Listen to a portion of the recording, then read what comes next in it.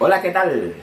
Buen día, buenas tardes, buenas noches. Todo depende en el lugar en el que usted se encuentre. Todo depende también en el horario en el que Dios le ha permitido a usted pulsar este video. Quiero darle la más cordial bienvenida a Biblia Estudio TV, tu instituto bíblico virtual. Soy Víctor Cáceres, tu hermano en Cristo. Hoy quiero ver en qué manera puedo desarrollar un estudio expositivo. Vamos a estudiar, vamos a escudriñar un texto que se encuentra en el Evangelio según San Marcos, un texto bien conocido por todas las congregaciones alrededor de todo el mundo, pero es un texto que desafortunadamente no ha sido bien comprendido por la Iglesia de Jesucristo. Estamos hablando del texto que se encuentra en el libro o en el Evangelio de Marcos, capítulo 16, de los versos 14 en adelante. Y como ya ustedes conocen ese pasaje, entiendo que saben cuál es el pasaje que vamos a desarrollar en este día. Estamos hablando de la comisión de Jesús a sus apóstoles. Y quiero explicar lo que significa o lo que significan las palabras de Jesús. Es importante que nosotros como estudiantes de la Biblia entendamos y comprendamos la forma en que la Biblia está escrita. Cada escritor bíblico usa metáforas, simbologías, alegorías, parábolas, representaciones, figuras, todos estos tipos de figuras retóricas. Es bien importante que nosotros, al escudriñar la palabra de Dios, no simplemente nos dediquemos a leer el texto superficialmente, porque el Señor en cada palabra, en cada frase, nos está revelando un mensaje importantísimo, relevante para su pueblo. Dios quiere revelarle toda la verdad a su pueblo. Dice el Señor que si permanecemos en su verdad, esta verdad nos hará libres. ¿Por qué es importante nosotros conocer la verdad de Dios? Pues, como dice el texto, porque esa verdad nos va a liberar. ¿A liberar de qué? Nos va a liberar de las mentiras, de los engaños, de las falsedades, de la injusticia, de las vanidades que en este mundo están a diario desarrollándose. Y nosotros, la iglesia, no somos la excepción en el lado de que nos afecte. El mundo vive hoy engañado, vive hoy esclavizado, vive hoy sometido a unas mentiras que han sido dirigidas, operadas, orquestadas por el mismo Satanás. No ahora simplemente, sino en todos los tiempos. Y lo que Dios nos revela en este pasaje de Marcos es algo bien interesante que ninguno de nuestros líderes se han tomado el tiempo necesario para escudriñar este pasaje y revelar a la iglesia lo que Dios nos está revelando por medio de este pasaje bíblico. Le pido al Señor que me ayude, porque es el primer, ¿cómo te digo? Es el primer estudio bíblico que hago de esta manera. Voy a ir textos por textos y vamos a explicar lo que el Señor nos está revelando en esta, yo le diría que esta es una escritura metafórica. No podemos tomarlo como literal, porque si usted lo toma literal, entonces usted está estudiando la versión infantil. Y conocemos que la palabra nos enseña que nosotros, después de tanto tiempo en el Evangelio, no hemos crecido porque nos hemos mantenido simplemente tomando leche. Nuestros líderes no se han ocupado de ellos mismos alimentarse con comida sólida, y de esta misma manera entonces alimentar a la grey, a la congregación, con ese tipo de alimento sólido que es el que nos revela Pablo en el libro de Hebreos. Necesitamos alimento sólido para que podamos crecer en el conocimiento de la palabra del Señor. Dios quiere, y es el propósito de Dios, que nosotros le conozcamos.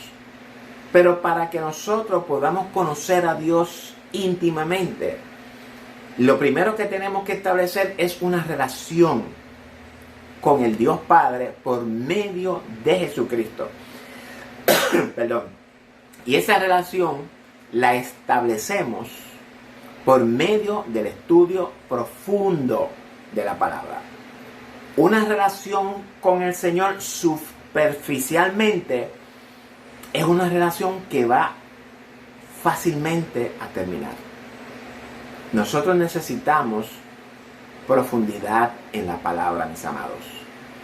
Y este estudio tiene como propósito ese mismo fin: que toda la iglesia crezca en el conocimiento de Jesucristo. Vamos a hacer una corta oración buscando la guianza o la dirección del Espíritu Santo, porque el Espíritu Santo es el inspirador de la palabra, y no hay otra manera de que esa palabra sea revelada a nuestro corazón si no es por medio del Espíritu Santo. En esto yo entiendo que todos debemos de entender y estar claros que las cosas espirituales se entienden o se disciernen por medio del Espíritu.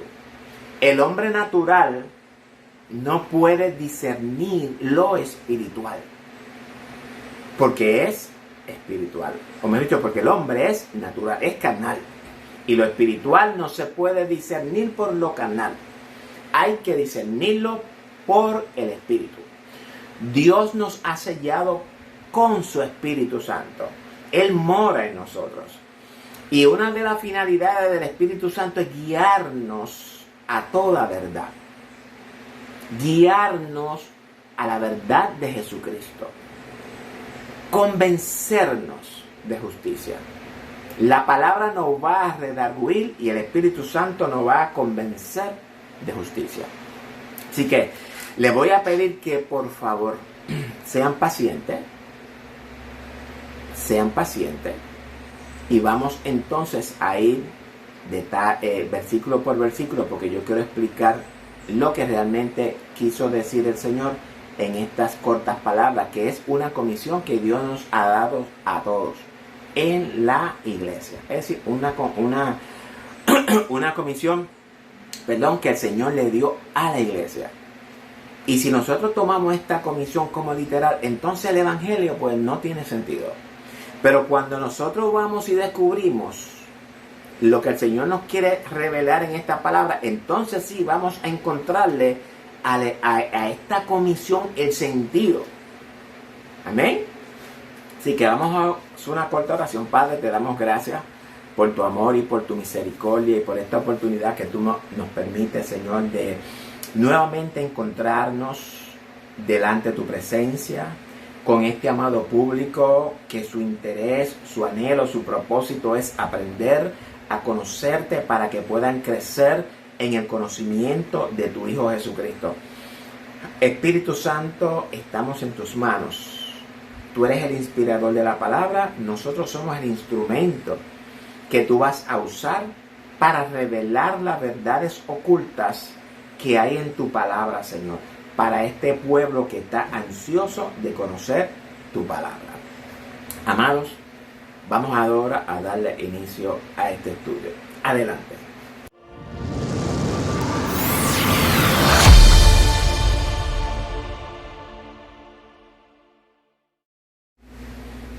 Antes de comenzar, quiero hacer un par de señalamientos. Cuando nosotros leemos las Escrituras, no encontramos ningún sistema teológico, ninguna escuela de teología, ni ninguna escuela de pensamientos teológicos ni escatológicos. Cristo nunca predicó escatología, ni teología, ni Pablo, ni ninguno de los discípulos nunca hablaron de teología. Dios habla de su verdad. Cristo trajo las enseñanzas de Dios para el pueblo. Nosotros los hombres hemos sido lo que hemos creado esta estructura teológica que en lo personal yo entiendo que lo que vino fue a destruir o a desvirtuar o a desviar y a confundir la verdad de la Biblia. No tengo nada en contra de la teología como tal. Yo también estudié teología. Tengo 3 años de teología. Sin embargo, todo lo estudiado en ese curso no me ha servido para mucho. Al igual que Pablo, todo eso lo tengo como basura. Me perdonan los amigos teólogos, escatólogos, los que tienen diplomas en teología pastoral, divinidad, teología avanzada, escatología y todos esos títulos, los cuales respeto, porque yo sé que hay en ellos un esfuerzo grande por aprender la palabra del Señor. Pero cuando vamos al grano, cuando vamos a la palabra, la teología difiere de la verdad de Dios. Porque estamos trabajando con un formato. Y la palabra del Señor no la podemos someter a ningún formato teológico. El Señor es Dios soberano. Él predicó sus enseñanzas. Y las enseñanzas de Cristo no las podemos enmarcar en una estructura teológica. Obviamente una estructura teológica desarrollada por un grupo, ¿verdad?, serio de personas que aman al Señor, y ellos entendieron que como la palabra del Señor es una revelación de Dios, y de dicho sea de paso, sí lo es, pero ¿cuál es el problema? Que mezclaron junto con esta revelación de Dios la inteligencia del hombre. Y cuando usted mezcla la inteligencia del hombre con la verdad de Cristo, esa combinación como que no armoniza. Y la idea de todo esto fue llegar a entender pues lo que ellos entendían. Y es por esto que nosotros tenemos tantos pensamientos teológicos. Los testigos de Jehová tienen un sistema teológico. Los pentecostales tenemos un sistema teológico. Los bautistas, los metodistas, los adventistas también tienen un sistema teológico diferente. Y cuando hablamos de denominaciones cristianas, hay 1000 diferentes pensamientos teológicos. Cristo solamente tuvo una enseñanza. Pablo predicó una enseñanza. Pedro predicó una enseñanza. Santiago, Marcos, Lucas, una enseñanza. ¿Por qué entonces hay tantas diversidades de enseñanzas y de interpretaciones hoy día en nuestras congregaciones? Eso vamos a tener que terminarlo ya, porque la venida del Señor está cerca, muy cerca. Y esto que le estoy diciendo, se lo digo de todo corazón. Estamos en el último tiempo. No estamos todavía en los dolores de parto. Estamos en los principios de dolores de parto. Y obviamente esos principios de dolores de parto nos van a encaminar ahora a lo que la Biblia registra como los dolores de parto. Así que en el transcurso de la clase vamos a continuar hablando acerca de todas estas cosas. Así que vamos a leer el texto. Jesús comisiona a los apóstoles y voy a ir parte por parte. Finalmente se apareció a los 11 mismos. De inicio, Dios nos está revelando algo en este párrafo. Porque dice que se les reveló o se les presentó a quienes, a los 11. 11 es un número que significa lo incompleto. Todos sabemos que eran 12, pero hubo un traidor. Un traidor que se llamaba Judas. Judas es una representación de todos los israelitas, incluyendo, ¿verdad?, en un gran grupo de judíos, los que no creyeron en el Mesías. Judas representa a los israelitas que fueron esparcidos o en las 10 tribus en el 722 a.C., porque apostataron y rechazaron a Dios y se fueron detrás de otros dioses. Representa a los judíos que apostataron. Ahora bien, Dios nos está dando una encomienda. La encomienda es ir a rescatar a ese Judas que apostató. ¿Por qué? Porque es necesario completar el grupo de los 12. 11 es lo incompleto. 12 es lo completo. Amén. Ahora bien, cuando nosotros hablamos del número 12, y aunque esto no está en el estudio, pero lo voy a incluir, el número 12 significa lo completo, pero a la misma vez cuando usted divide el 1 y el 2, el 1 significa Dios, el 2 significa la creación. Es decir, el 12 significa Dios con su creación. Dios necesita completar su creación. Amén. Así que es por esto que nosotros debemos de tomar estos textos y escudriñarlos a lo más profundo que nosotros podamos para que podamos discernir el mensaje que Dios nos está dando. Ya de primera instancia vemos que la comisión tiene por objetivo buscar esos Judas que están en el mundo, que son los israelitas, los judíos que apostataron y obviamente el gentil. En otros estudios bíblicos ya yo he explicado que el gentil es o son aquellas personas que no están en una relación de pacto con Dios. Los israelitas que fueron esparcidos por los asirios en el 722, ellos tenían un pacto de relación con Dios. Rompieron ese pacto. Ya no tienen un pacto de relación con Dios. Ahora bien, esos israelitas se unen entonces a lo que son los gentiles, que son los paganos, y se convierten ahora en un solo pueblo pagano.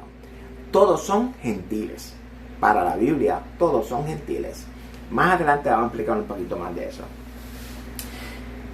Dice, continúa el texto leyendo, estando ellos sentados a la mesa. Dice, se le aparecieron a los 11, estando ellos sentados a la mesa. Ahora bien, vamos a identificar qué quiso decir el Señor con esto de que ellos estaban sentados a la mesa. Porque usted no lo puede tomar literal. Usted no puede pensar que simplemente Jesús se le apareció y es lo que el texto nos está diciendo en el sentido literal. Pero eso literal tiene una enseñanza que va mucho más detrás de eso. Ahora bien, antes de continuar, Moisés, me encanta la forma en la que Moisés escribe. La estructura del mensaje de la palabra de Moisés en el Pentateuco o en el Tanaj. Lo mismo hace Pablo, lo mismo hicieron los escritores del Evangelio. Yo lo miro de esta manera. Moisés es un experto revelándonos cosas ocultas y a la misma vez nos las oculta. No sé si me están entendiendo. Explico. Moisés nos prepara una mesa con platos, pone la verdad en cada plato y las tapa. Esas tapas simbolizan la forma de escribir. Simbolizan pues a la parábola, simbolizan pues a la figura, a la simbología y a todas esas cosas, la metáfora, la alegoría. Eso es lo que significa la tapa. Es nuestra responsabilidad ahora buscar y comenzar a destapar esos platos y descubrir el mensaje que Dios tiene para nosotros, su iglesia. Pero para eso, para que nosotros logremos hacer eso, tenemos que hacerlo con un estudio profundo. Y aparte de eso, tenemos que tener un conocimiento básico de toda la escritura. Porque si usted no estudia la palabra completa, usted nunca va a tener el contexto completo de la escritura. Eso es la base de cómo nosotros podemos entender las escrituras. Vamos a continuar con esto. Estando ellos sentados a la mesa. ¿Qué significa estar sentados a la mesa? Significa, óigame, significa que estaban preparados para la cena o para la fiesta. Pero ¿qué es lo que pasa? Si los 11 están incompletos y están a la mesa, lo que quiere decir que esa fiesta o esa actividad o esa cena no se puede comenzar hasta tanto se una el número 12. Y hasta que ese alguien no llegara, no se iba a celebrar. ¿Hay una historia en la Biblia que nos representa esto? Claro que sí. Vamos a Samuel. Samuel le dijo a le dijo a Isaí, cuando fue a ungir a David como rey, después que fue con todo, ¿no hay alguien más? Oh, sí, falta uno. Y dijo Samuel, hasta que David no llegue, no nos sentaremos a la mesa, porque faltaba David. El grupo estaba incompleto. Faltaba David. Faltan todavía esos gentiles o esos inconversos o esos impíos, que es necesario que nosotros, por medio de esta encomienda, por medio del Evangelio, salgamos a buscar a esos que faltan para completar el cuerpo completo de Cristo. Continuamos leyendo. Y les reprochó su incredulidad y dureza de corazón. Ya vemos que la encomienda es que falta uno por buscar. El reino está en espera, porque hasta tanto ese número 12 no se complete, no se puede efectuar la boda. No se puede concretar el reino. Y les reprochó su incredulidad y dureza de corazón. Cuando hablamos de reprochar, es llamar la atención por algo que tú no has hecho bien. algo que no hicieron bien. Incredulidad es falta de fe. ¿Qué es lo que nos está diciendo el Señor aquí? Todos sabemos que Tomás, cuando los discípulos le dijeron que Jesucristo había resucitado, Tomás dijo: yo no lo creo. Hasta tanto yo meta el dedo acá, en el pecho y en sus manos, yo no lo voy a creer. ¿Ustedes creen que Tomás fue el único que hizo eso? No. Tomás representa en el cuerpo de Cristo a esos que exigen tener evidencias para poder creer en Jesucristo. Dios nos manda a creer en Jesucristo por la fe. La fe viene por el oír, y el oír de la palabra del Señor. Es decir, que hay un grupo en las congregaciones que no han creído en Jesucristo en el mundo. Y en las congregaciones también. Vamos a incluir las congregaciones porque tú sabes que en las congregaciones hay muchos que si no es por evidencia no entran al Evangelio. Y Dios le dice que los reprocha, es decir, que le llama la atención, y esto nos puede llevar a nosotros al tribunal de Cristo. Hay unos que hemos creído por la fe y hay otros que hemos creído por las obras. Jesucristo dijo que si no creen en Él, que crean por lo menos por las obras. Si no creen por lo que Él dice, pues que crean por las obras. Y a esto es lo que Él se está refiriendo, porque hay muchos en el campo, y cuando digo en el campo me refiero, ¿verdad?, acá en el mundo, que no creen en Jesucristo. Y esto es bien interesante, porque cuando nosotros recibimos el mensaje de salvación y nosotros no lo aceptamos, estamos siendo incrédulos. Ahora bien, esa incredulidad de nuestro corazón hacia el Evangelio produce algo. ¿Qué produce? Produce dureza del corazón. Jesús lo reprochó ¿por qué? Por su incredulidad y la dureza de su corazón. Conjunción y una cosa lleva a la otra. Esto es bien importante para nosotros, porque nosotros, además de que nosotros hemos creído, nosotros tenemos que enseñar a que el Evangelio es por fe, no por obras. No por obras. Es decir, que en esto podemos ver las obras de los hombres envueltas. Aquellos hombres que creen que por hacer buenas obras van a conquistar el corazón de Dios, y Dios le va a decir: está bien, mi amorcito, tranquilo, yo sé que tú eres bueno, yo sé que tú diezmas, yo sé que tú ayudas, yo sé que tú participas de todo, yo sé que tú predicas, yo sé que tú cantas, yo sé que tú adoras, yo sé que tú ayudas, yo sé que tú haces de todo en la iglesia. Ve, no te preocupes, no hay problema. Jóvenes, el Señor no actúa de esa manera. Eso es incredulidad, eso es obras. Dios manda a que todo hombre se arrepienta y cree en el Señor. ¿Qué pasa cuando nosotros... Bueno, vamos a dejar la salvación por ahorita más, porque hay otro texto que lo va a decir. Incredulidad es cuando tú tienes falta de fe. Es necesario que escuchemos la palabra del Señor para que esa fe venga a nuestro corazón y la aplique en nuestro corazón y podamos servirle al Señor. Debemos de nosotros mismos enseñarles al mundo, al impío, al inconverso, que la fe viene por el oír de la palabra del Señor. Somos salvos por gracia mediante la fe en Jesucristo y no por obra para que nadie se gloríe.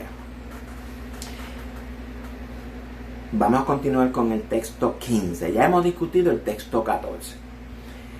15. Y les dijo, y ahora viene la encomienda. Estamos comenzando, ese fue el aperitivo. Y les dijo: id por todo el mundo y predicad el evangelio a toda criatura. Aquí debemos de comenzar entonces a hacernos preguntas. ¿Cómo nosotros podemos predicar el evangelio al mundo? Y antes de esto, ¿verdad?, quiero hacer una aclaración. Cuando él dice que vayamos por todo el mundo, se refiere a todo el mundo literal. Y predicar el evangelio a quienes entonces, pues a todas las criaturas, es decir, a todos los humanos.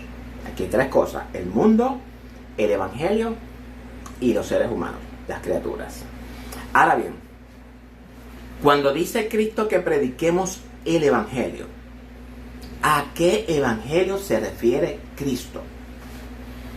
Porque en las iglesias se predica un evangelio que no es el evangelio que Cristo predicó, que Pablo predicó, que los apóstoles predicaron, que es el evangelio del reino. Volvemos entonces a la teología. Conforme a los pensamientos teológicos, hemos creado un evangelio similar al evangelio del reino, pero lo hemos hecho el evangelio del cielo. Cuando Juan empezó a bautizar, que Juan hizo su aparición en el mundo, ¿verdad?, en el escenario, Juan empezó diciendo estas palabras: arrepentíos, porque el reino de los cielos se ha acercado. Jesús, de igual manera, cuando entró en escena, comenzó también predicando lo mismo que Juan empezó a predicar, con las mismas palabras, porque hay algo que antecede a todo esto, y es el arrepentimiento. Arrepentíos porque el reino de los cielos se ha acercado. Tenemos que ir a todo el mundo, pero ¿cómo nosotros podemos llegar a todo el mundo? Fíjate, son preguntas bien interesantes, porque hay algo extraordinario en la duplicidad, hay algo extraordinario en la multiplicación. Nosotros nos multiplicamos, nos duplicamos. Así como hay muchos negocios y esas cosas de multinivel y eso, pues miremoslo más o menos como eso. Usted le predica a fulano, recibe el mensaje de salvación. Ese fulano le predica al vecino, le predica al familiar, al compañero de trabajo. En todos los países pasa lo mismo.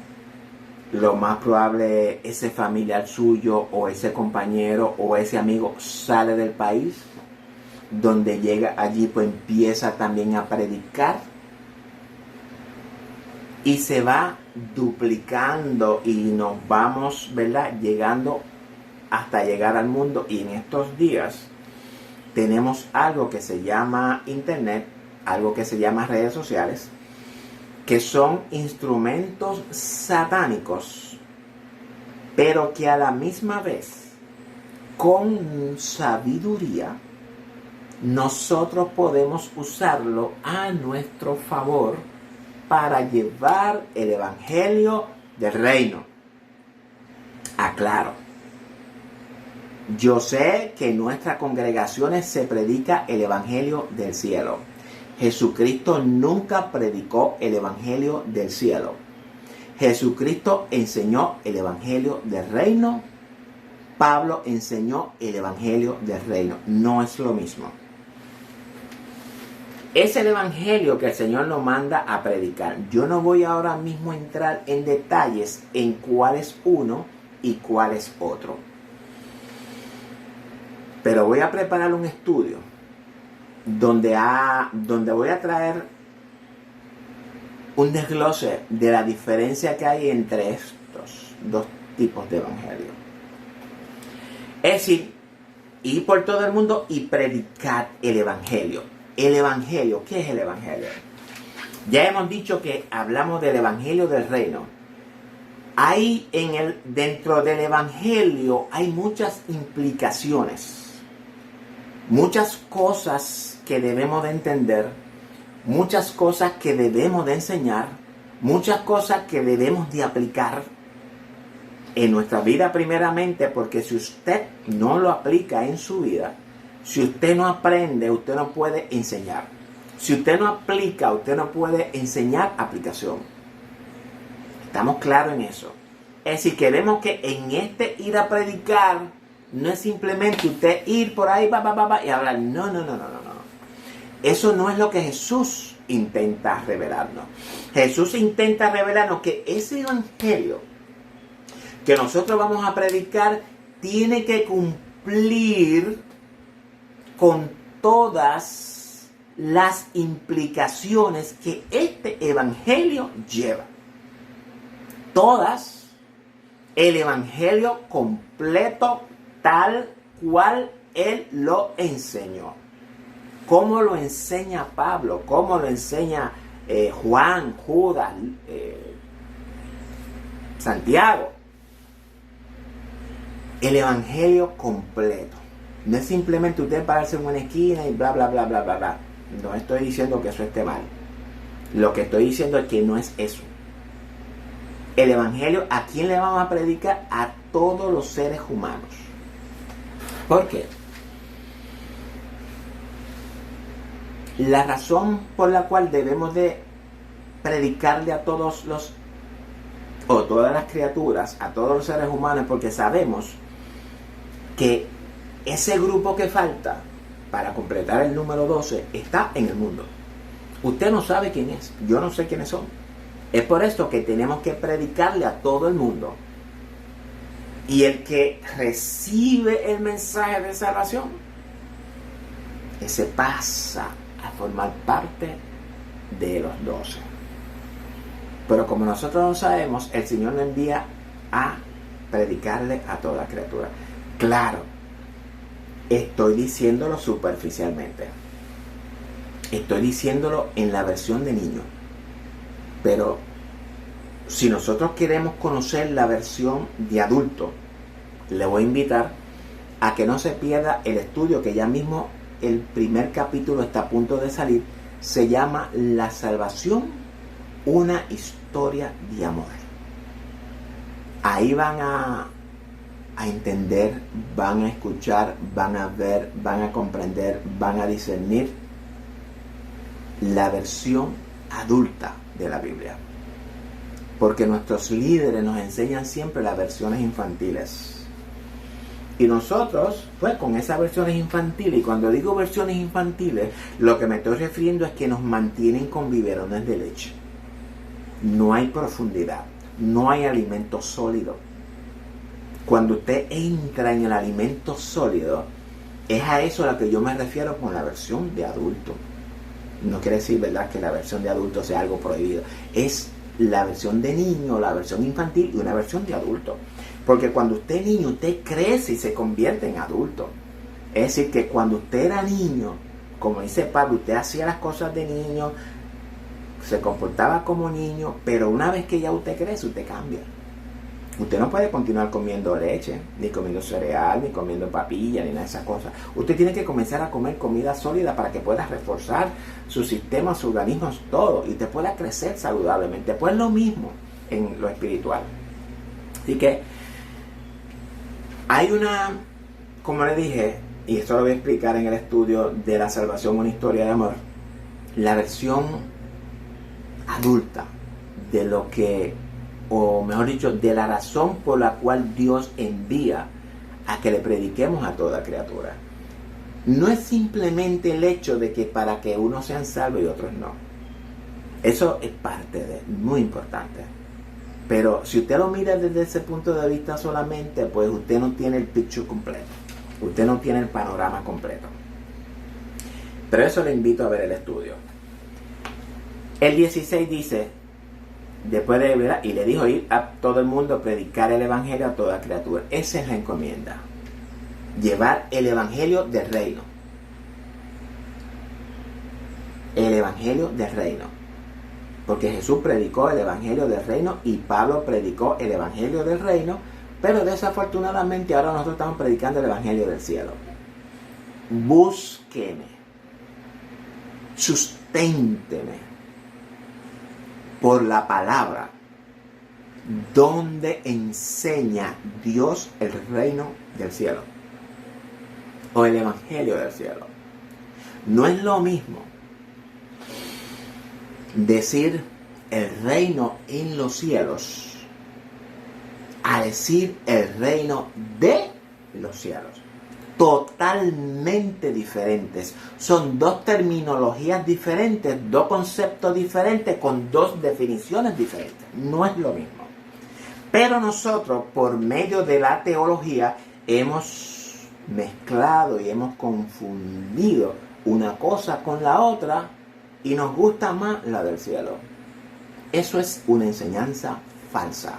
Me disculpan los teólogos, me disculpan los pastores, me disculpan los líderes, me disculpan los maestros, pero por la verdad de la Biblia es una enseñanza falsa. Ahora bien, dice el 16, el que creyere y fuere bautizado. Aquí hay un problemita. Aquí nos encontramos con un pequeño problema. El que creyere y fuere bautizado. Vamos a desglosar esto. ¿Qué es lo que el Señor nos quiere revelar con esto?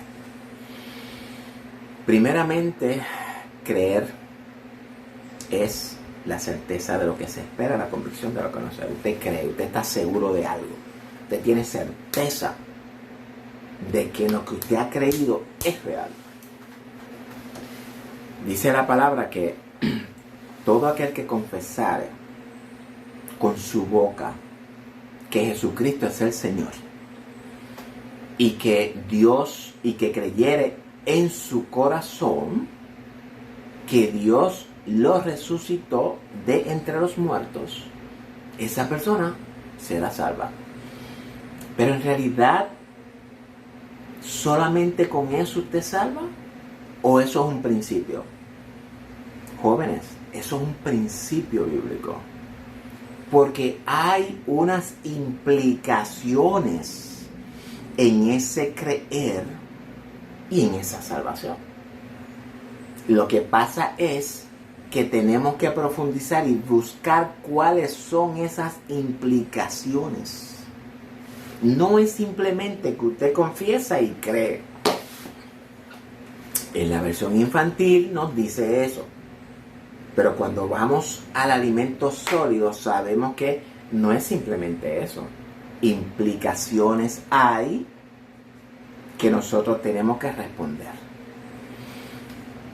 El que creyere, y aquí tenemos una conjunción coordinante, es decir, que une a un elemento con el otro. Ahora bien, si tú crees y eres bautizado, ¿cuál es el problema acá? Que la teología, y vuelvo nuevamente a la teología se ha encargado de definir en este texto, y al igual que muchos otros textos, falsamente indicar o definir que ese bautismo se refiere al bautismo en agua. Entonces, si usted une el creer con el bautizado en agua, usted lo que está enseñando es lo siguiente: que si usted cree, pero si usted no se bautiza en agua, usted no ha creído. Es decir, que estamos uniendo estos dos elementos del creer con el bautismo en agua.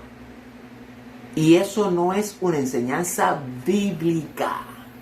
El propio Juan dijo, yo os bautizo en agua para arrepentimiento, pero detrás de mí viene uno que os bautizará en Espíritu Santo y fuego.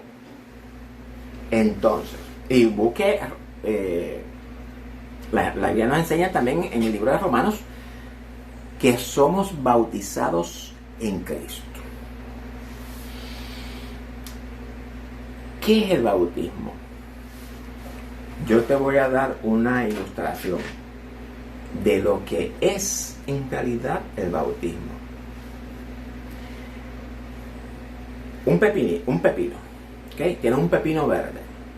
Ese pepino verde usted lo mete en una jarra con agua y, ¿verdad?, con otros elementos, vinagre y bla, bla, bla, sal y bla, bla, bla. Usted mete ese pepino ahí cerrado, usted deja pasar un tiempo y ¿qué usted cree que va a salir? Va a salir lo que nosotros llamamos pepinillo. Es decir que el transcurso de usted sumergirse y salir de nuevo, ese proceso es lo que se llama bautismo, que es lo mismo que nosotros hacemos en agua simbólicamente. La oruga. El gusanito se convierte en una oruga.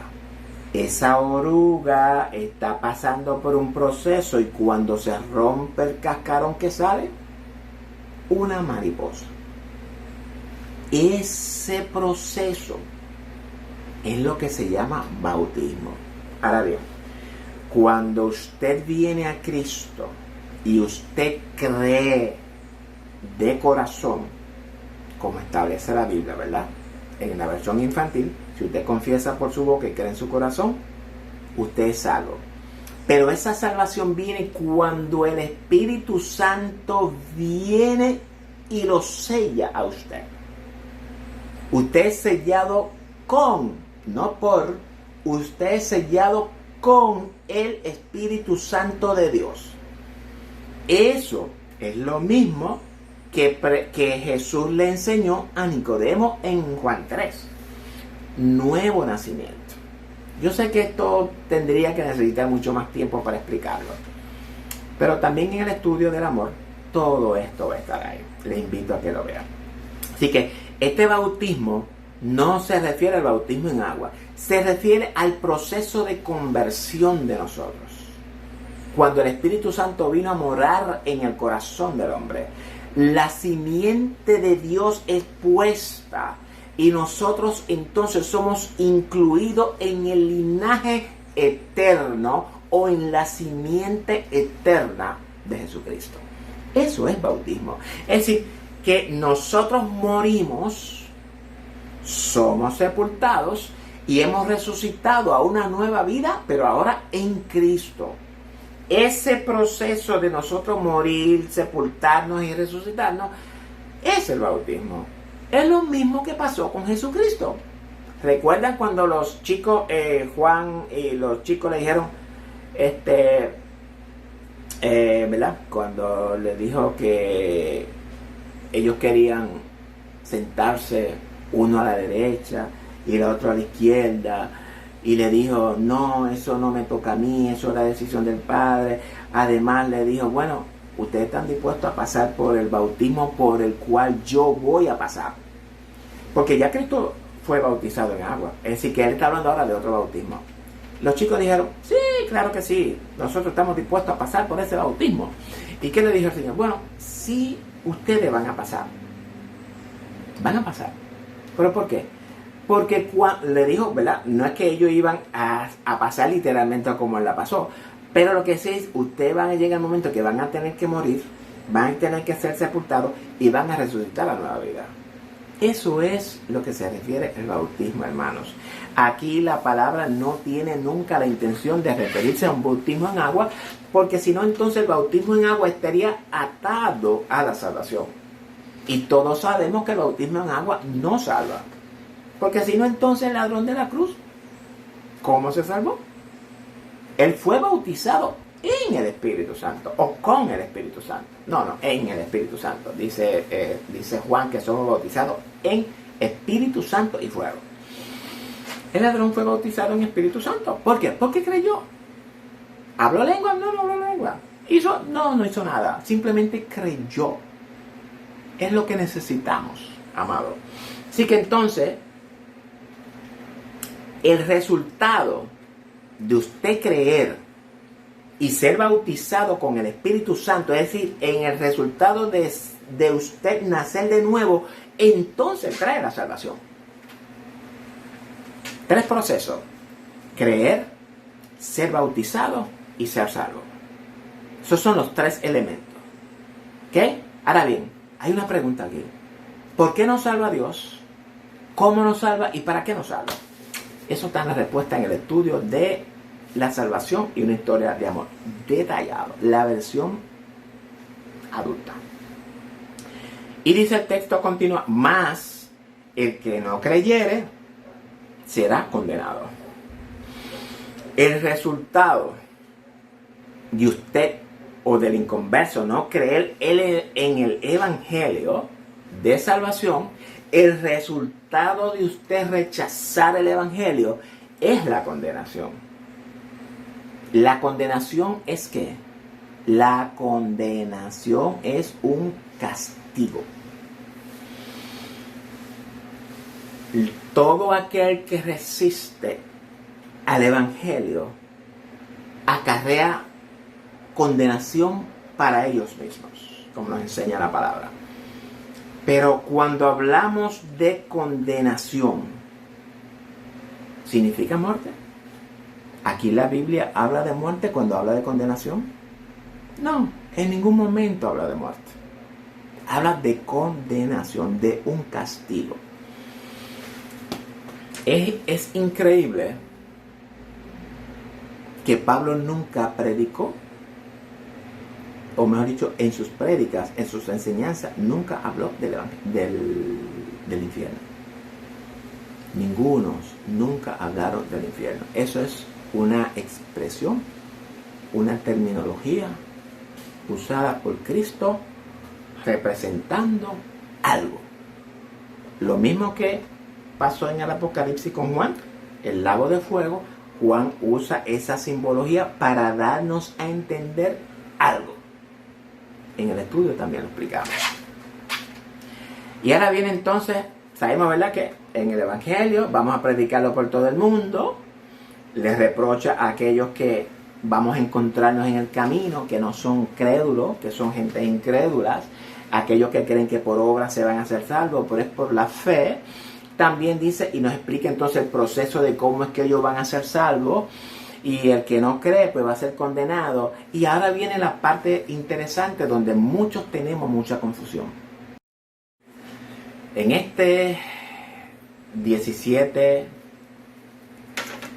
y estas señales seguirán a los que creen.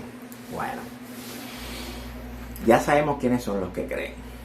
Los que han recibido la verdad del Evangelio en el corazón. Han muerto a la vieja vida.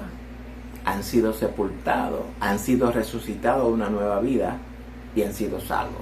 Esos son los que creen, los que siguen a Jesucristo, los que se han negado a ellos mismos, los que han tomado su cruz y han seguido los pasos de Jesucristo. El que es salvo, el que cree, es aquel que ha sido crucificado con Cristo en la cruz. Y estas señales seguirán a los que creen. Ok. El resultado por haber creído en el Evangelio, es decir, nosotros, hay unas señales que nos van a distinguir de todos los seres humanos. Hemos confundido estas señales con otras señales. Estas señales a las cuales Cristo se refiere, vamos a entender que se refiere a nuestra vida, a nuestro estilo de vida, a nuestra vida, la vida de cristiano, la vida en santidad. El resultado por haber creído en el Evangelio son señales que nos van a distinguir o a diferenciar del mundo. ¿Qué significa? Ahora bien, entonces, en mi nombre echarán fuera demonios. La versión infantil, entendemos que usted va a encontrarse con un endemoniado. Usted va a decir que se va a revestir del poder del Espíritu Santo y usted va a echar ese demonio fuera de la persona. Es una señal. En realidad, es eso a lo que el Señor se está refiriendo, y no quiero decir que eso no sea real. Pero detrás de esa metáfora o simbología, es eso lo que el Señor quiere que nosotros entendamos. Porque Jesús dijo que si Él, por el Espíritu de Dios, echa fuera los demonios, ciertamente ha llegado a vosotros el reino de los cielos. ¿A quién? Al mundo. Nosotros echamos fuera los demonios por el Espíritu Santo. Que es un cambio de vida. Ahora mismo, ¿qué significa echar fuera los demonios? Es decir, que por medio del Espíritu Santo que habita en nosotros, que no es otra cosa, que la simiente de Dios en nosotros, vamos a obtener la victoria sobre la simiente de Satanás que esclaviza a la humanidad pecadora. La verdad de Cristo es la que liberta al hombre de la esclavitud. Cuando nosotros vamos bajo la unción del Espíritu Santo, predicando esa palabra poderosa, la liberación se desata y los seres humanos, los que han creído, son libertados para la gloria, para la honra del Señor. Eso es lo que significa echar fuera demonios, pero eso no se puede encerrarlo solamente en eso, porque también puede ser que usted tenga que encontrarse en una situación en la que usted tenga que echar fuera un demonio, como ustedes saben que hemos visto en muchas partes. Pero cuando nosotros vamos a este texto, si nosotros encerramos esto solamente en usted comenzar por ahí a reprender demonios, usted no ha entendido el Evangelio. Porque el Evangelio no es echar demonios fuera nada más. El Evangelio es una actitud, es un comportamiento, es una fidelidad, es una fe, es una unión, es una relación personal con Dios por medio de Jesucristo. Son verdades, son principios que son aplicables a nuestra vida. No es simplemente que usted vaya por ahí reprendiendo y Señor te reprenda, demonio de esto, sal por ahí. Sí, podría ser que usted se encuentre en esas situaciones y usted, pues, con el poder del Espíritu Santo, usted puede echar fuera esos demonios. Pero no es ese el enfoque. El enfoque se trata acá de que Cristo ahora nos está hablando de nosotros. Nos está explicando en sus palabras metafóricas. Porque recuerden, jóvenes, el Evangelio está escrito en metáforas, muchas de ellas en figura, simbología, para protección del mensaje de la palabra. Es por esto que nosotros, los que tenemos el Espíritu Santo, somos los únicos que podemos discernir o interpretar la palabra correctamente, porque el Espíritu Santo que mora en nosotros nos la revela. Pero usted tiene que meterse, no es que te la va a revelar así. Ay, Espíritu Santo, revélame esto. No, hay que meterse a estudiar, a profundizar, a hacer exégesis, a leer toda la palabra, a meditar en ella, visualizar. Hay tantas cosas y usted va a ver la gloria de Dios. Usted tiene que, como dice el Salmo, deleitarse usted mismo en Jehová cuando usted está leyendo la palabra. Echarán fuera demonios. Representa el poder que Dios ha puesto en nosotros. El bautismo, ese poder que Él le dijo a los discípulos que no se fueran hasta que no sean investidos de poder.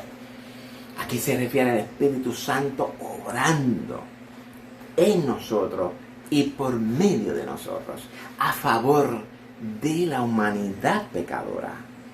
Porque nosotros, la iglesia, somos bendición para la humanidad pecadora. Aunque ellos lo crean o no lo crean, somos de bendición para ellos. El Evangelio es evangelio de bendición para la humanidad. Lo crean o no lo crean. Usted tampoco, si usted lo quiere creer, usted lo cree. Si no lo cree, no lo crea. Dice entonces también, hablarán nuevas lenguas. La teología dice que una de las señales que nos van a seguir a nosotros son hablar nuevas lenguas. Hay lenguas angelicales, usted va a hablar francés, italiano, ruso, nuevas lenguas, esas son nuevas lenguas. Si usted lo toma literal, si usted toma la versión de niño. Pero cuando vamos a la versión de adulto, recordemos que estamos dentro del contexto de nosotros la iglesia. ¿Ok? Hablarán lenguas. Esta señal no es un arquetipo del bautismo en el Espíritu Santo. Porque se nos ha enseñado que cuando usted es salvo, usted no es bautizado en el Espíritu Santo. Yo no entiendo cómo usted es salvo. De verdad, no entiendo. Han dicho que a usted le falta todavía el bautismo en el Espíritu Santo. Usted tiene que hablar de lengua. Porque si tú no hablas lenguas, no estás bautizado en el Espíritu Santo. Es una enseñanza falsa. La Biblia nunca enseña eso. Busquen los hechos. No voy a entrar en detalles. Pero la Biblia es una verdad. Nos enfocamos en esa verdad.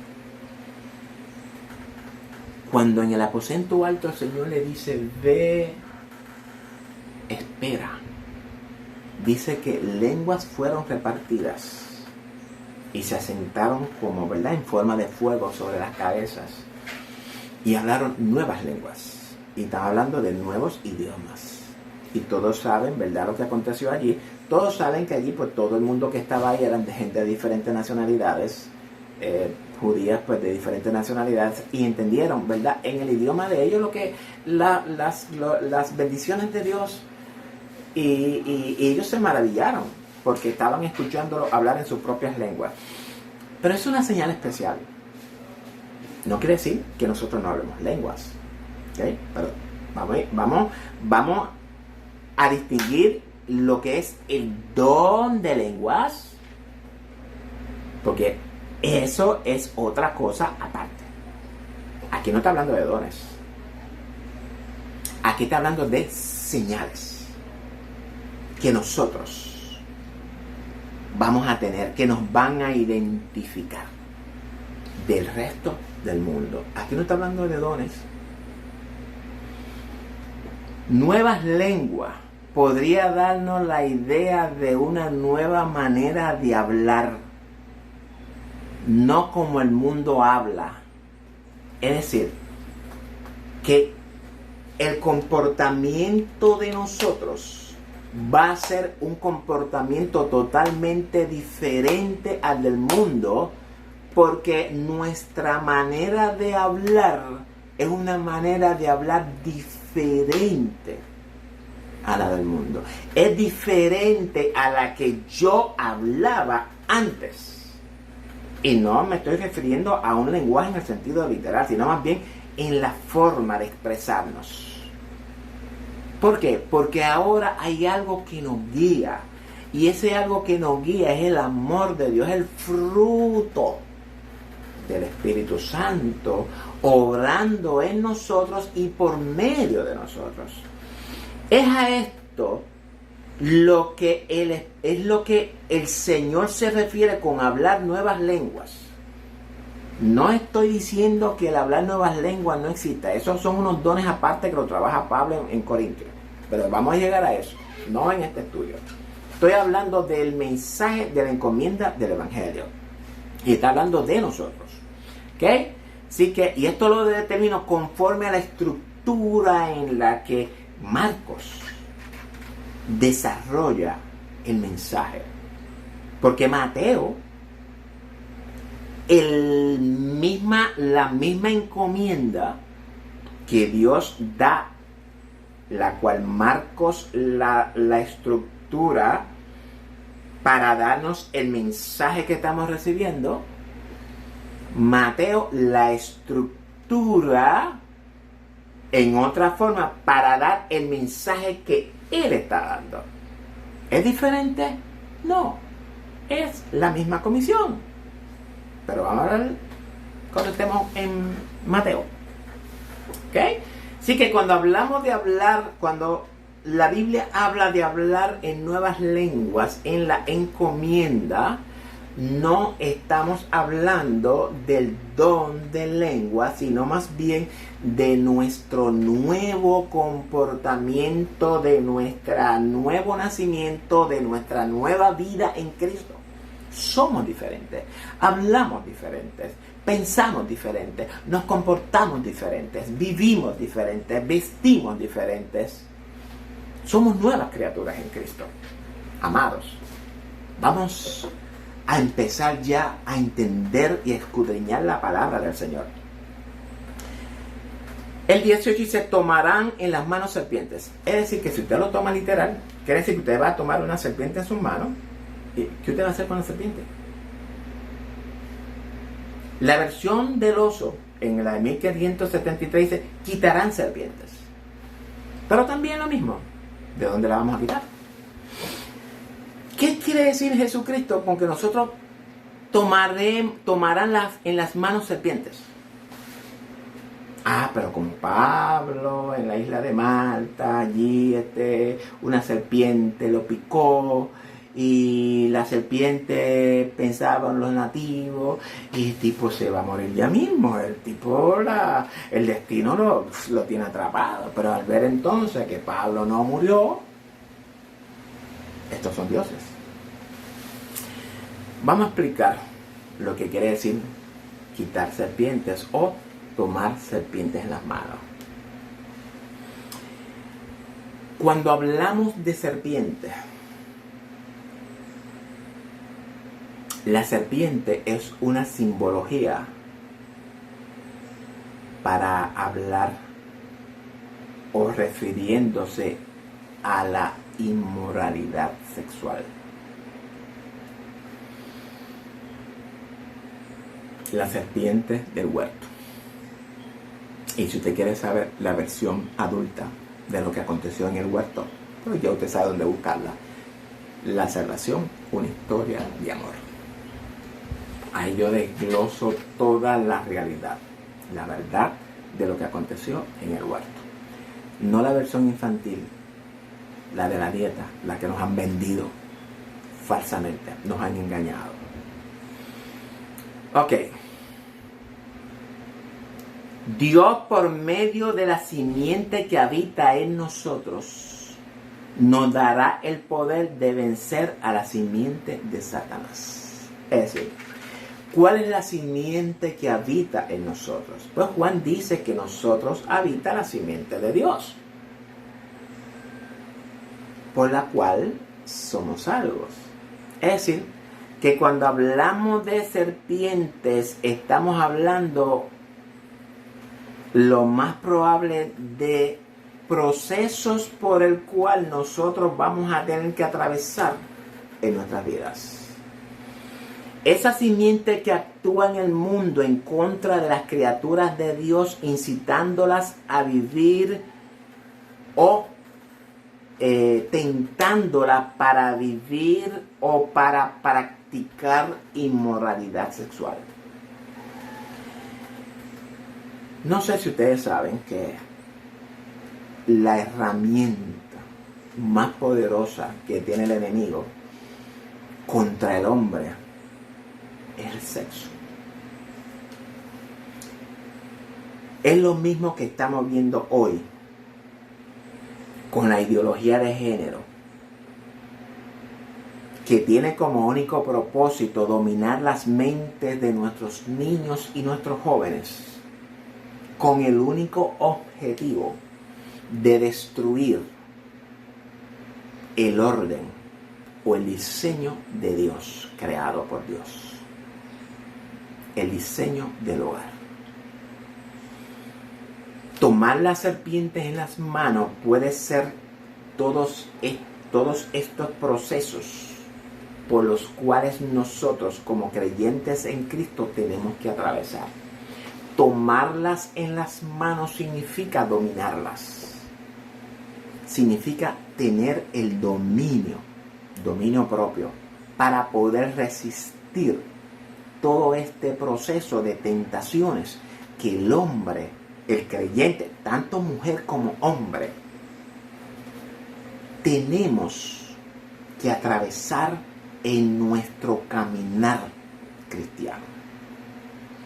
No quiere decir que usted va a tomar una serpiente literal en las manos. ¿Qué usted va a hacer con ella? ¿Apretarla y matarla? ¿Y eso qué? ¿Qué señal es esa? No. Tenemos que buscar lo que significa tomar las serpientes en las manos. Y ya le he dado básicamente una explicación de lo que más, ¿verdad? La interpretación que hemos logrado es que eso es lo que Cristo se está refiriendo. Y si bebieren cosa mortífera, no dejará daño. Es decir, que si usted se toma un veneno, como usted es cristiano, usted no se va a morir.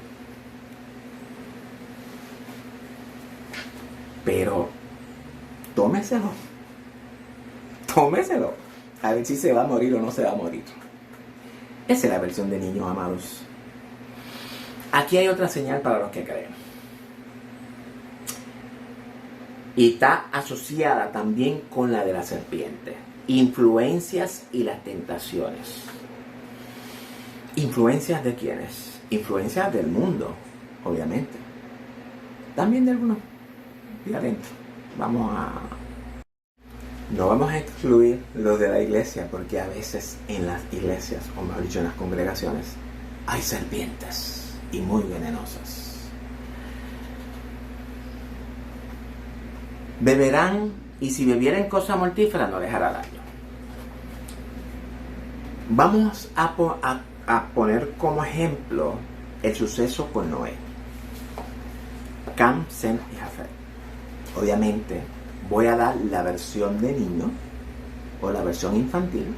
Si usted quiere conocer la versión de adulto, pues ya usted sabe dónde conseguirlo. Comparte este estudio antes de que se me olvide. Comparte este estudio con todos sus amigos, sus familiares, sus vecinos, con todo, porque este estudio es necesario que todo creyente, toda la iglesia, todo pastorado, todo liderato, tiene que entender esta enseñanza que el Señor tiene para usted. Búsquenos en nuestra web www.bibliaestudiotv.org, donde usted va a encontrar todos nuestros videos. Allí va a encontrar libros en PDFs que son de recursos muy buenos para los estudios. Vaya a YouTube, apriete el botoncito de suscripción, dele a la campanita para que usted se mantenga conectado, informado de todos los estudios que subimos semanalmente. Y también por Facebook, Instagram, Telegram, Twitter, TikTok también. Así que es importante que que este mensaje llegue al corazón de todos los seres humanos. Voy a dar la versión infantil de Noé. Todos sabemos lo que registra la Biblia en la manera en la que Moisés lo escribe. Que Cam vio la desnudez de su padre y dice que invitó a sus dos hermanos, a Sem y a Jafet, los invitó para que la vieran. Cam tenía una mente pervertida. sus dos hermanos aparentemente habían aprendido una buena lección de su papá, porque ellos no le hicieron caso a lo que Cam les estaba proponiendo. ¿Qué ellos hicieron? Buscaron un manto, fueron de espaldas, cubrieron la desnudez de su padre. Esa es la versión infantil, obviamente, pero la versión de adulto la vamos a explicar. Es decir, que cuando usted tiene confianza en Dios, cuando usted le es fiel a Dios, usted no se va a dejar influenciar ni por los de afuera, ni por las serpientes que también hay adentro. Sí, porque hay serpientes dentro de las iglesias, de las congregaciones. Es decir, que cuando habla de que si bebieran cosas mortíferas no les hará daño, estamos hablando aquí continuación del mismo proceso que nosotros tenemos con la serpiente. Estamos hablando de que estas señales, jóvenes, estas señales son para los que son fieles al Señor. Son los que, como dice el Apocalipsis, los que guardan los mandamientos de Dios y tienen el testimonio de Jesucristo en sus vidas. Esos son los fieles. Los que nunca han descrucificado su voluntad de la cruz. Es decir, que han mantenido todo el tiempo, como dice Gálatas 2:20, con Cristo estoy juntamente crucificado y ya no vivo yo, ahora vive Cristo en mí. Aquellos que se han negado a ellos mismos. Esos son los fieles. Es decir, a esos es a lo que Marcos se refiere, que estas señales van a seguir. No a cualquier cristiano, no a cualquier payaso, no como hay muchos líderes por ahí, payasos, aparente, que muestran, como dice el texto, apariencia de piedad. No son a todos, es a los que el Señor conoce, que les son fieles. Estas señales van a seguir a esos. Y para terminar el estudio, sobre los enfermos pondrán sus manos y sanarán. Y aquí vamos a cerrar. Yo sé que la teología nos dice que usted pone las manos en los enfermos y ellos van a sanar. Y eso es una realidad. Pero es a eso lo que el Señor se refiere. Es una enseñanza. Poner las manos sobre los enfermos, y lo vemos, ¿verdad?, en Pablo y en los evangelios. Jesús sanaba. Pero cuando hablamos de esta señal que es para nosotros, y son señales para la gloria del Señor, porque es nuestra vida, estamos hablando del ministerio de consolación.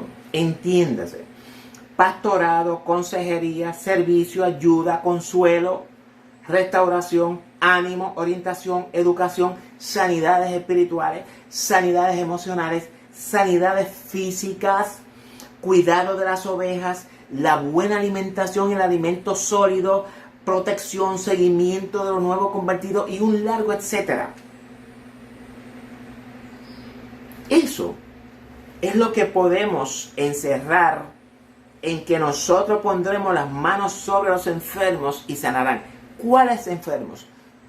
No solamente los que están enfermos literalmente, físicamente en las iglesias, sino más bien el ministerio que Dios ha repartido por el Espíritu Santo, como nos dice Pablo, uno esto, uno aquello, uno lo otro, que van a ser de bendición y van a ser para el crecimiento de esta congregación. Ya vimos que desde el principio, ¿dónde vamos a predicar? ¿Quiénes son el grupo que está incompleto? Y así sucesivamente hasta traerlos a la iglesia. Donde van a ser doctrinados, donde van a ser educados, donde van a ser sanados, donde se le va a dar la ayuda necesaria. ¿Por qué Jesucristo usa este lenguaje metafórico o parábolas? Porque Él lo dijo. Porque a nosotros, los que creemos, nos he dado conocer los misterios del reino. No a todo el mundo, mis amados. Escudriñar la palabra, y con esto cierro, porque yo creo que el estudio se ha extendido un poquito, pero era necesario traer esta explicación para el beneficio de toda la congregación, para el crecimiento, porque es tiempo ya de que nosotros vayamos sobre los pasajes bíblicos y entendamos qué es lo que Dios nos está tratando de mostrar. Ya vimos en este pasaje que nosotros lo hemos tomado tan sencillo, tan a la ligera, tan livianamente, que nunca hemos podido lograr entender cuál es el mensaje que Dios nos está revelando en ello. En este pasaje de la encomienda, Dios nos revela todo el proceso de evangelización hasta que la persona llega a la iglesia. Y esperamos entonces que se complete el grupo de los 12. Ese grupo de los 12 vamos a discutirlo también en el estudio de la salvación, una historia de amor. Cuando nosotros escudriñamos la palabra, mis hermanos, usted va a ver la revelación de Dios. Dios quiere revelarle su verdad a todos. Dios no quiere que su pueblo perezca por falta de conocimiento. Pero para que eso sea una realidad en nuestra vida, nosotros tenemos que tener una mente objetiva, tenemos que tener un corazón dispuesto, despojarnos de toda esta vestimenta de religiosidad que nuestros líderes nos han vestido con esa vestimenta de religiosidad, despojarnos de esas mentalidades antiguas, aprender a desaprender para que podamos aprender lo nuevo. No el nuevo evangelio, sino que podamos aprender la verdad, la realidad del evangelio. Y esa verdad y esa realidad nos va a libertar precisamente de todos estos sistemas teológicos, de todo este pensamiento teológico, de todas estas posiciones. Que si Cristo viene antes, que si Cristo viene después. Cristo no enseñó nada de eso. Eso son teologías de hombre. Cristo tiene una sola enseñanza. Cristo retorna a establecer su reino y a traer justicia. No habla que si va a raptar, no habla que si es... Todo eso son inventos humanos, teológicos, para poder darle forma al pensamiento humano. Lo que el hombre cree, lo que el hombre piensa, lo que el hombre se imagina. Cada vez que yo oigo a un maestro diciendo, yo creo, yo pienso, yo imagino, me parece... Mire, mi hermano, skip that. O me habla la palabra del Señor, me habla la verdad, pero no me diga lo que tú piensas, lo que tú crees, lo que tú te imaginas. Eso no es enseñar la verdad. Espero que esto haya sido de edificación para el pueblo de Dios. Vamos a traer muchos estudios, porque ahora yo me estoy preparando, ¿verdad? Estoy aprendiendo, primeramente para edificación de mi vida, ponerlo en práctica, porque si no lo hago en nada, pues de nada vale que yo esté enseñando algo que no practico. Esto es para el crecimiento y la edificación de la iglesia. Yo espero que usted lo reciba con mucho amor de parte del Señor. Oiga, el que tiene oído para oír, oiga lo que el Espíritu Santo dice a las iglesias. Le doy gracias por no sé cuántos, hemos terminado casi una hora y algo. Pero Señor, te glorifico en el nombre de Jesucristo. Gracias por esta oportunidad que tú me has dado. Háblales al corazón de nuestros hermanos. Despierte el espíritu de ellos, así como tú hiciste con Zorobabel y hiciste con Josué, para que ellos puedan entender el mensaje, que ellos entiendan que tú quieres revelarle a ellos toda tu verdad. Es en el nombre de Jesús que te doy gracias, Señor. Amén. Sí, que será hasta la próxima, si así el Señor lo permite. Los amo en el amor de Jesucristo.